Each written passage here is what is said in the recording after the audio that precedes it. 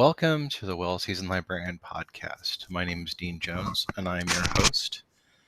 This is Season 7, Episode 18, and today I'm talking to writer Kim Kushner, who is a teacher and author of 3 best-selling cookbooks, I Love Kosher, The New Kosher, and Modern Menu. Raised in Montreal, Canada, Kim learned to cook at an early age from her Moroccan-born mother and spent summers with family in Israel.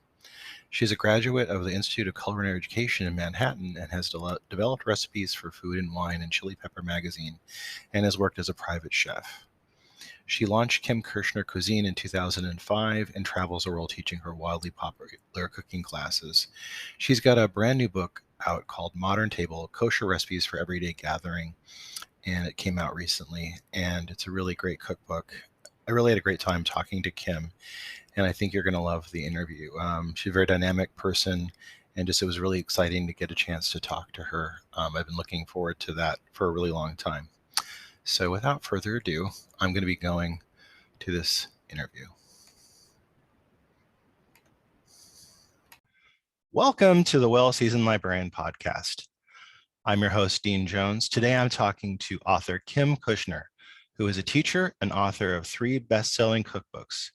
Raised in Montreal, Canada, Kim learned to cook at an early age from her Moroccan-born mother, and in Montreal, where she was raised and spent summers with her family in Israel. Kim, I want to welcome you to the podcast. Thank you so much for having me. It's a pleasure.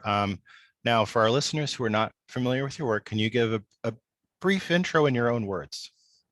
Sure. So my name is Kim Kushner, and I have been teaching people how to cook for the last 15 years. And through that time, I've also published 4 cookbooks. My style of cuisine is very simple. I really believe less is more. I know nobody has a lot of time, so my recipes are simple, straightforward, but always flavorful, seasonal, and beautiful. And another thing to note is that my recipes are kosher. But what I like to say is they just happen to be kosher. So these are recipes that really anybody can cook with, and these are books anybody can cook from. And the recipes happen to be kosher, but they're also fresh, seasonal, delicious, and beautiful. With many of my guests, I like to talk about the memories they have growing up and the cooking instruction they received from their families. I myself got a lot of cooking instruction from my grandmother, and I have many fond memories of those. Do you have any memories about learning to cook from your mother or grandmother when you were young, and what kind of foods were you taught to cook? Sure, absolutely. I think actually my entire cooking career is based on my childhood, and all of my best memories happened around the table. My mother, who was born in Morocco and grew up in Israel and then later immigrated to Montreal, Canada, continues to be a terrific cook, but more than that, she's an excellent hostess. And we were always having people join us, gathering around our table. She cooks a lot of traditional Moroccan and Middle Eastern style foods, but as she got older and, created this life in Montreal, Canada, she also took on flavors and cultured foods and from different cultures and flavor profiles. And she always dabbled in different areas of cuisine. And it certainly was a huge inspiration for me. You've worked in many different facets of food. Did you always know that was going to be the case for you, or did you have to think about this a bit? I definitely had to think. There was a lot of trial and error. I worked in a few restaurants. It wasn't for me. I have so much respect for people who work in restaurants. It was too high stress for me, and the physical labor was too intense. I worked as a private chef in private homes, and that was great until I started a family of my own, and I wanted to be home for nights and weekends. But really, what I enjoyed the most was teaching cooking classes, and it's still what I enjoy doing the most. I do a lot of privates, I do a lot of groups, and just helping people find confidence in the kitchen is something I really, really find rewarding. We've had a few guests on the program who are alumni of the Institute of Culinary Education in Manhattan, which is a very esteemed school. What was that like going to this school for you? It was a wonderful, incredible experience that I'm very grateful for. It was extremely eye-opening. Many of the people in my course were starting, this was a second career for them. So they were older than I, and I really had a lot of admiration for people who picked up, at a point in their lives when you would expect them to be settled, and they decided they wanted to go this new route. And it was very, very serious school. Like, it's not a joke. They're very serious about it. You're really trained according to French cuisine. There's a lot of respect in the kitchen, and I really did learn a lot. You have worked doing much food writing over the years. You've done recipes and articles for such publications as Food and Wine and Chili Pepper magazines. In 2005, you launched Kim Kushner Cuisine, where you began teaching cooking classes. Tell us about this period of your life. So this was a time when I was hosting a lot of dinner parties at home, and I was meeting a lot of people, and I would invite people over for drinks and food and meals. And I would find that people would always say to me, "Wow, I can't believe you made that. Can you teach me how?" And there really was an interest in individuals learning how to cook and how to entertain and how to host. And that's really how it started. So I got a small group together, and I did the first one. It was word of mouth. There was no social media back then. And then, other people would call me, and we'd get another group together, and so on. And that's really how it grew. And then I ended up renting a space and teaching cooking classes out of the space. But I also found that people loved it when I came into their homes to show them how, I would go to apartments in Manhattan, and people would say, "I've never even turned the oven on. I don't know how to turn it on." So people like having the cooking classes in their own space, and learning how to work with what they have. So that was another aspect of it. And it really grew from there. At the end of every class, people would say, "Do you have a book?" And I didn't at the time. And that's where the seed was planted, that I would start to compile my recipes for the book. So I always say with my cookbooks that the cookbook was created for the recipes. It wasn't that the recipes are created for the book. The recipes were already there. They're tried and true. They've been tested many times. And then the book was created to house them. Now, that leads me to ask, so many of your recipes deal with kosher cuisine. And I Mhm. want to ask you, for the listeners who are not familiar with the term, what does that mean, and how does that affect your recipe writing and your cooking in this aspect? Right. So I think there's a misconception. Kosher cooking and kosher recipes and kosher food really refers to a set of dietary laws that need to be followed in order for the food to be deemed kosher.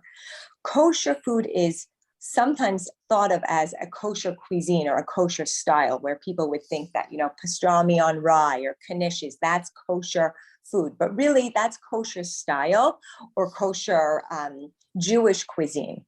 Whereas kosher as a nutritional or as a set of guidelines really just refers to certain things according to the Bible that can and cannot be eaten. For example, we don't mix dairy product with meat product, or we don't eat shellfish. But for the most part, there is so much that we can eat.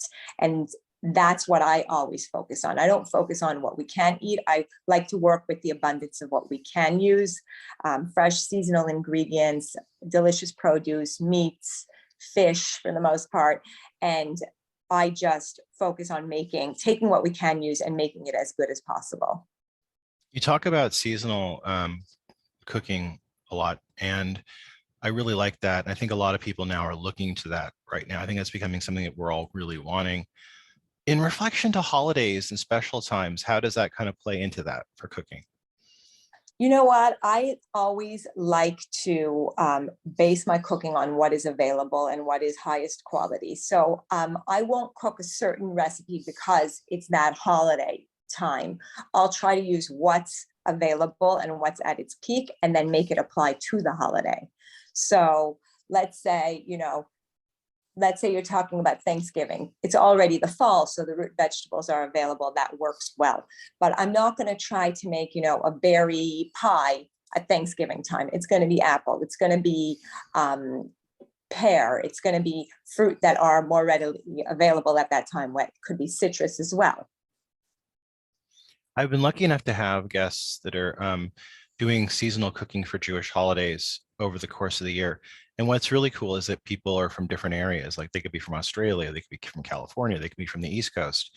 What are some of the different things you've seen and like variations of that always kind of impresses you?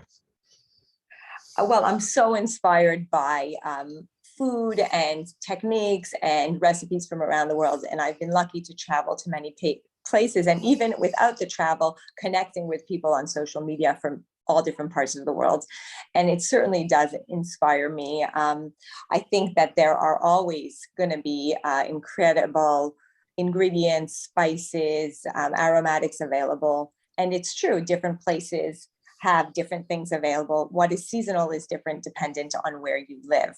When I traveled to Australia, it was the early fall here, and it was already feeling chilly there. And we were there for a Shabbat dinner. It wasn't a holiday, but I remember that my cousin there made a beautiful slow cooked pulled lamb dish that she used pomegranate seeds and lots of fresh herbs. And I've used a variation of that recipe in one of my books. So it certainly is inspiring to travel or to speak to people from different places and learn about what they're using and how they're using it in the kitchen.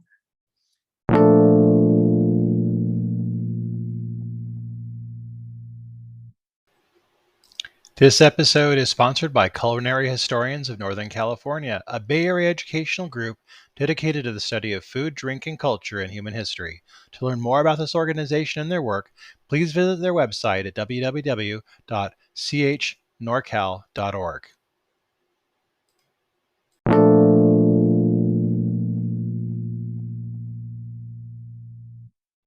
Your first book, A Modern Menu under the Kosher Cookbook Series #3, was published in 2013. This is your first book, as far as I can see. What was that like for you and how did you like the books coming out and how it was received? That was an incredible experience. I had set out to write a cookbook, and I took a bunch of courses on how to pitch a cookbook proposal, and I spoke to many people. And most of the people who I came across said to me, it's a great idea, but nobody's going to publish your book. You're not famous. You don't have a platform, but you can do it for fun. So I thought, you know what? Why not? I'll work on this as a personal project. And I was about 3/4 of the way through, and I was writing a blog at the time when blogs were really, really hot. And I received a phone call from a publisher who said, I heard you're writing a cookbook and we want to publish it. And they basically gave me a lot of creative freedom to do it the way that I wanted to. A very good friend of mine, who's a wonderful photographer, Andrew Zuckerman, comes to my house all the time, eats my food. And when he heard I was working on this project, he said to me, I'll shoot the book. And that was just such an honor. And it was very modern. It was very clean. It was very different than any kosher cookbook had ever been before that time, because the focus was really on the photography was just exceptional. And the pages were very white. The ingredient lists were short. The instructions were short. It was just simple, clean, kosher cuisine. And I was really happy with the outcome.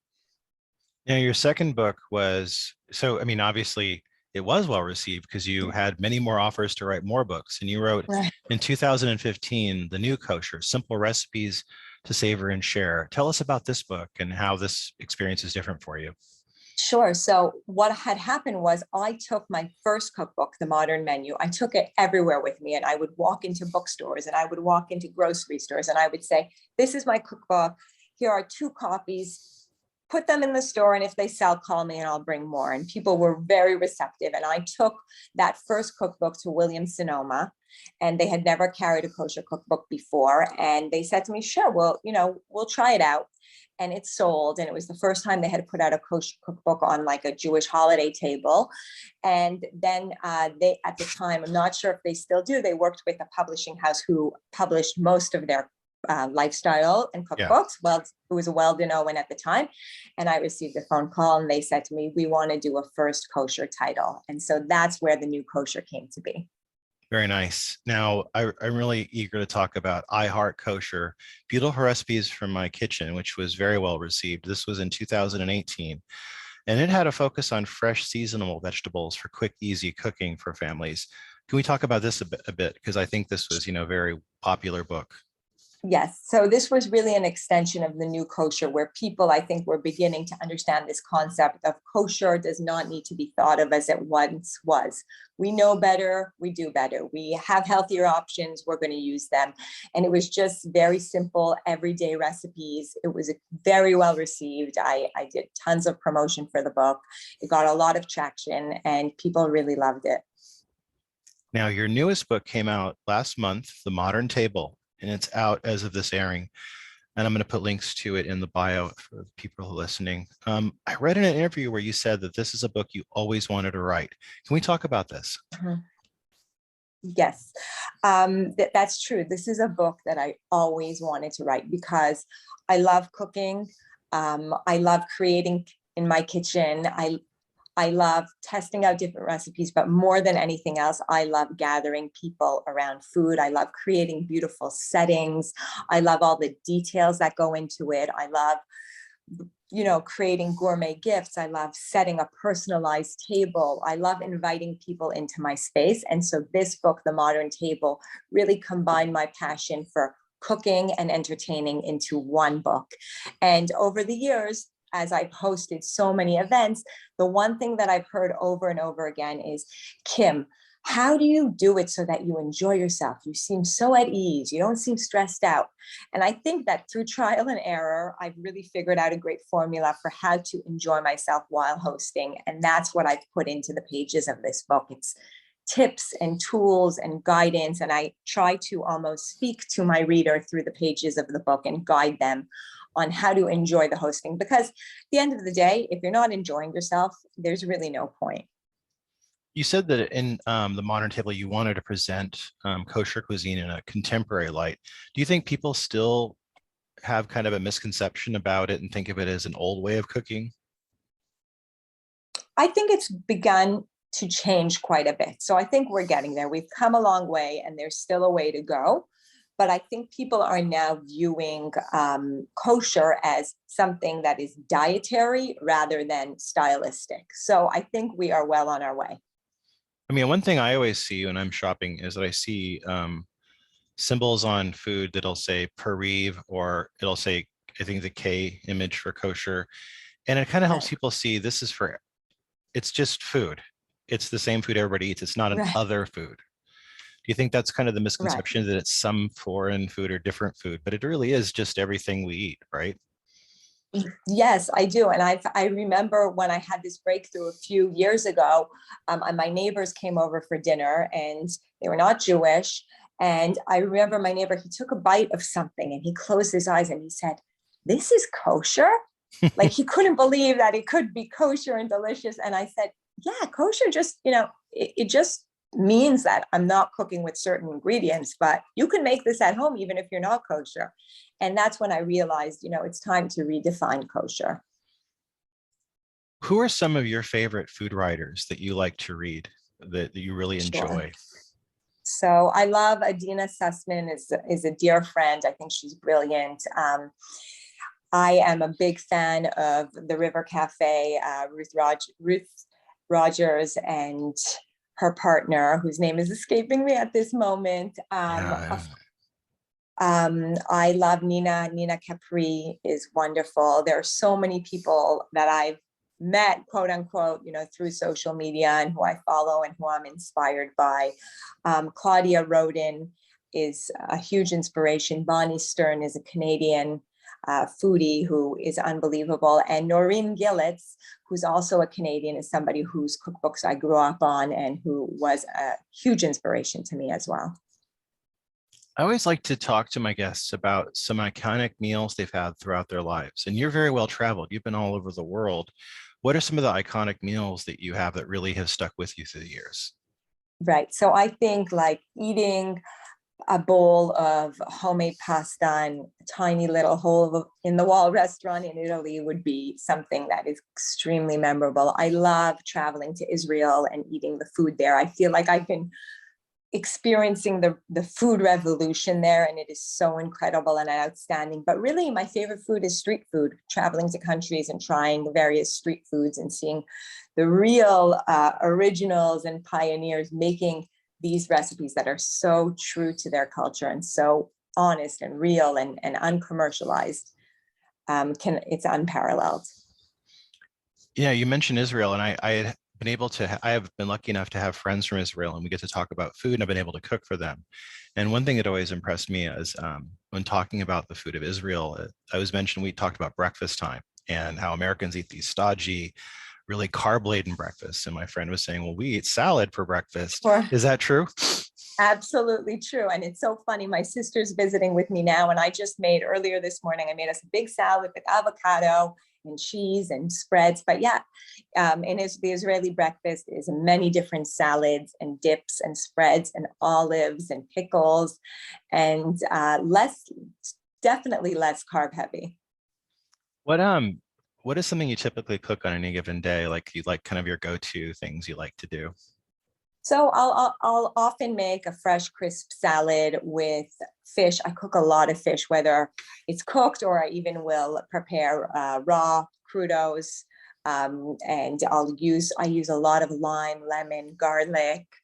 I like to cook even simply grilled meat, sliced steak with a nice salad, or whatever is seasonal or available. I have a vegetable garden at my beach, so I'm growing zucchini and peppers. I'll just put them on the grill, or I'll eat them raw, just sea salt, lemon, olive oil, and some black pepper. You're from Canada, and I think that one of the things that's a real crime in America is many Americans, I feel, don't know much about Canada. Right. It's just right over the border, but and it's funny because my wife and I, we're kind of like fans of Canada. We have a love affair with Canada, but we haven't been there. And like our dream is like everybody's like, oh, I want to go to Europe. I want to go to, Japan. I'm like, I'd like to go to Canada. And like it's a big country and there's so many different places to visit. It'd be like visiting different countries. What do you think is some of the misconceptions about food that we have? Like people talk about poutine endlessly, which drives me crazy. But there's all kinds of foods in Canada, right? I mean, it's not just poutine. Yeah, there's all kinds of food because Canada is really a melting pot of different cultures, and those people who come bring their cultures and the amazing foods with them. And there are different areas, just like if you came to New York, there's areas that are specifically like Little Italy or Chinatown. It's the same as in different places in Canada, and we have huge influences from all different cultures. And there's amazing Greek food in Montreal, at least I can say, which I know well. There's amazing Greek food. There's a lot of Middle Eastern food. There's incredible Italian food, and the food scene in Montreal has also really come. It's amazing. It's blown me away the last time I was there. Now, I want to ask you one last question. Sure. I've enjoyed getting a chance to talk to you. For people who are going to go out and see the modern table in bookstores, what's one recipe? I mean, I know this is like asking you who's your favorite child, but do you have one recipe from the modern table that you really want to give a shout out to because it's so cool? Well, I have one recipe that has gotten well, there are many recipes that got buzz, but there's one in particular, and it is a recipe for a chewy chocolate chip cookie that is flourless. So it's like a gluten-free. And the joy of it is that there's about 4 ingredients in the cookie, and it takes 10 minutes to prepare, and everybody loves this recipe. It was originally put in as a Passover recipe, but people are making this all year round and loving it. So it is the flourless, nutty chocolate chip cookie. I'm sold. I would get it just on that. Kim, I want to thank you for being on the podcast. I've really enjoyed getting a chance to talk to you, and I hope we get a chance to talk again. Thank you for having me. My pleasure. That was my interview with Kim Kushner. Her book, Modern Table, is out now, and you can go to the link in the bio and purchase the book on Amazon, and also at other vendors and all fine bookstores. I want to recommend you look at her other books as well. She has quite a few books out that are all just marvelous. Also, we have links to the website that she has that has a lot of great stuff on it as well, so you might want to check that out too. Coming up next week, we have some wonderful guests. We are going to have on the program Angela Clutton, who is a food historian and has written the wonderful cookbook, The Vinegar Cupboard, that I just love. And she's going to be on the podcast next week. The week after that, we're going to have Barry Enderwick. You may have seen him on TikTok or Instagram with the Sandwiches of History. He also has reviews of chips that are really fun too. He's a local person that I really enjoyed getting a chance to talk to, and he'll be on the week after that. We also have Carolyn Fetterman, the CEO of Charlie Cart, on the podcast soon. She's going to be talking about her cookbook, Favorites for New Cooks, 50 Delicious Recipes for Kids to Make. So I look forward to having you listen to those conversations as well. I hope you have a really great week and keep on cooking.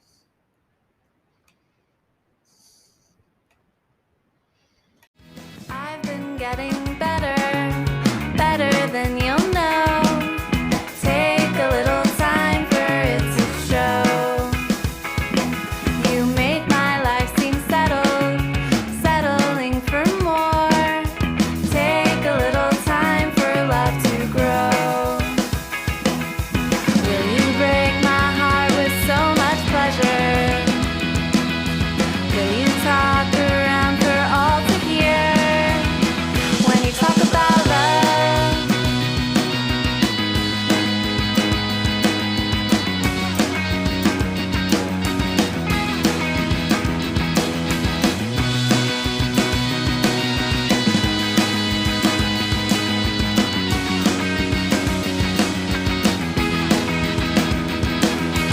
I've been getting better than you'll know.